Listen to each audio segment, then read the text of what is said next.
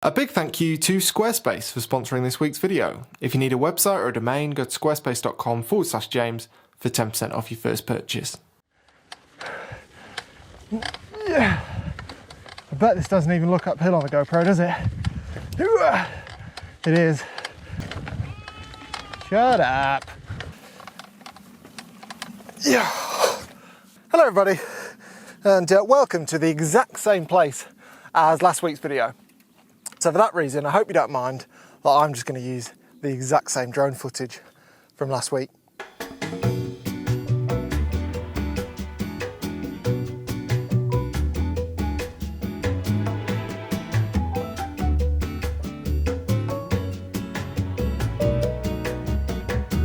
Right, so this video, real simple one really. Last week when I was up here and I was trying to get my blue hour photos that didn't really go to plan, you might remember that if you watched last week's video, I found this place. Well, I didn't really find this place, I knew this place existed. I got a photo a couple of months ago by that fence of some sheep. It was quite funny. And last week I was reminded of this place when I rode past it and it was blue hour, and I thought that would be a cracking photo. I didn't have my tripod last week though, as some of you may also remember.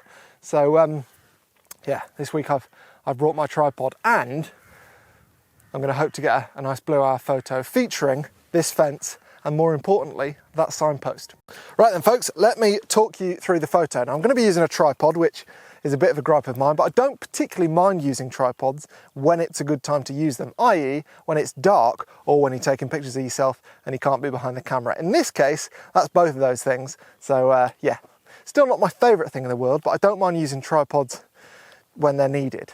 Unlike the middle of the day when you're shooting at 4,000th of a second and you're behind the camera. But that's a gripe I've spoken about lots before, no need to talk about it again today. So basically the premise of the photo is that I'm going to be, I don't know, about here somewhere, and I'm hoping to get the fence and, more importantly, the signpost in the background, and I'm going to have the headlight on the bike, the rear light on the bike as well, and the illumination from my phone screen in my face. And I'm hoping that story-wise, because there's a signpost in the background and I'm going to be looking at my phone basically in the dark, it's going to hopefully look like I'm a bit lost. Because why else would you be looking at your phone screen in the dark on top of a hill next to a signpost? That's what I'm hoping. I mean, I'm not really lost in real life. I'm about 2 miles from home. I know exactly how to get home. But story-wise, that's what I'm hoping to convey.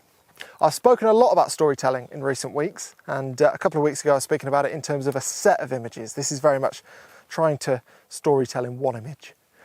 We'll see how we get on. Probably got about 45 minutes until the ideal photo time, given that I need it to be a little bit dark. Quite a lot dark actually, because the headlights and you know that.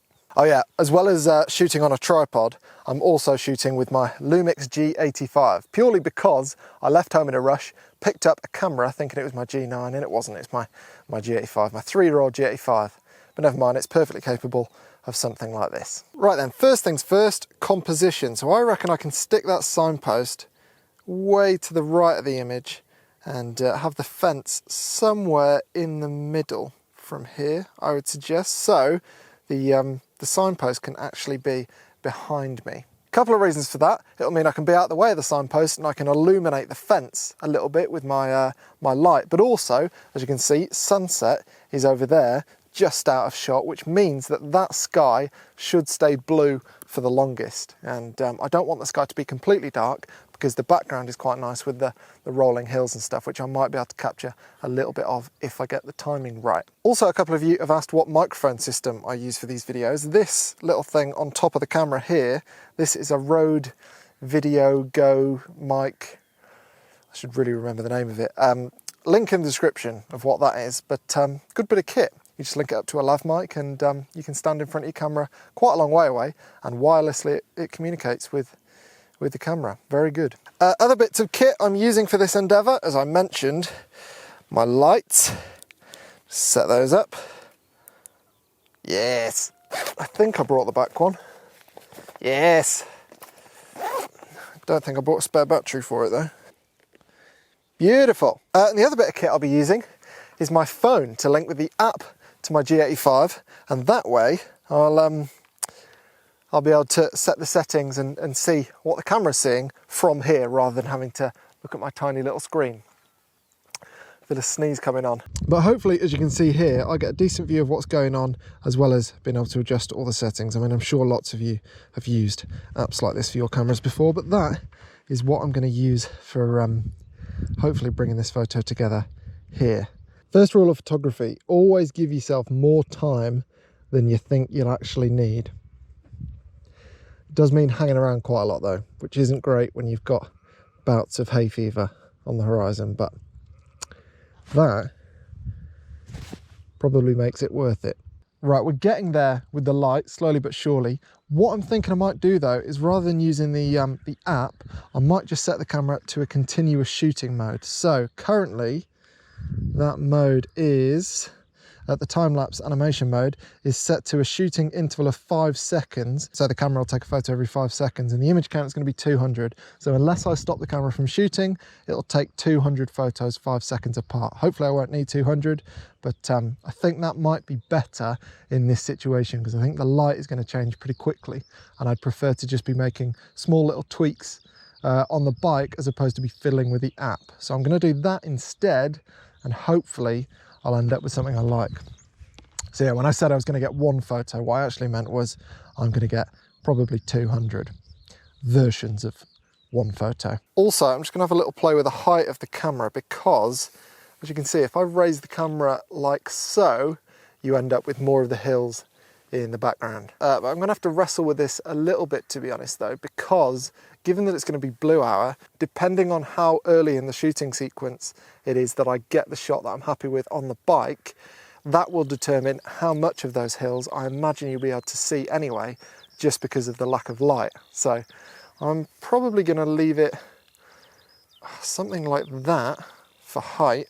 And in terms of focal length, I think something like that, which is 15mm, so 30mm full frame equivalent. I need to bear in mind that I'm showing you this in a video which is obviously 16:9, and I'm going to change that to 4:3 when it's a still. Right, in terms of settings, I'm going to do my best to stay at a pretty low ISO. Obviously this is a 3-year-old micro four thirds camera, so low light performance is not its forte. So if I can stay at 200, that would be great. And I reckon I can stay steady enough to get a decent shot at something like 15th, 20th of a second, something like that. And I can shoot at f2.8, no problem at all, because I'm not exactly going to need all of the background in focus, because, well, chances are it's going to be too dark to see it. So I don't mind being at 2.8, just to make sure that I really am in focus, and that sign, I guess, is too. It's 9:26 in the evening, the sun sets in 2 minutes. 1 minute. There's not really a sunset, blue hour starts now. I'm just wondering quickly, while it's still quite light, whether I'd be better off being over here. Having the post kind of on the left of the image. I don't know if you can see this, sorry. Having the post on the left of the image, and then me being over there by that fence perhaps. This foreground is much more interesting than any of the foreground that sits in front of where the bike is now. I mean, over here there's loads of rocks, there's some long grass. That is more interesting, and it'll all be lit up by the light on the bike, which I think is more interesting than that fence. How did I not see that before? Right, change of plan, move the tripod. Somewhere like this, I reckon. I think actually I'm going to go lower as well. A bit further back actually. Longer focal length. Okay, manual focus, basically to infinity at this particular focal length, which is 25 this time. And f2.8, that should be plenty for the things that I want in focus. Believe it or not, I carried on talking for minutes on end after that, so I thought I'd just cut and just show you the photo instead.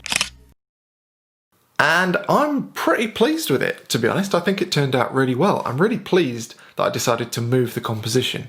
I mean, it did mean that you've had to listen to me talking about a composition that I didn't end up using in the end, but I think what I moved to works really well for a couple of reasons. Firstly, the light on that foreground is much more interesting than what the foreground would have been otherwise. I think it works really well having that grass and the rocks lit up by my front bike light, as well as a bit of the signpost. I think that links in well with the second thing that works so well about this composition, which is that I'm looking at the sign, which for the sake of the story, I think really adds to the story. I mean, it's always a little bit difficult trying to work out if your story has worked as a photographer because you know the story. It kind of needs other people that don't know what you're intending to show to tell you whether or not they feel that. But I think this does quite a good job of displaying somebody who's lost on their bike. And I mean, blue hour is fast becoming my favourite time of day to take photos. I mean, I don't know really if you can class it as a time of day.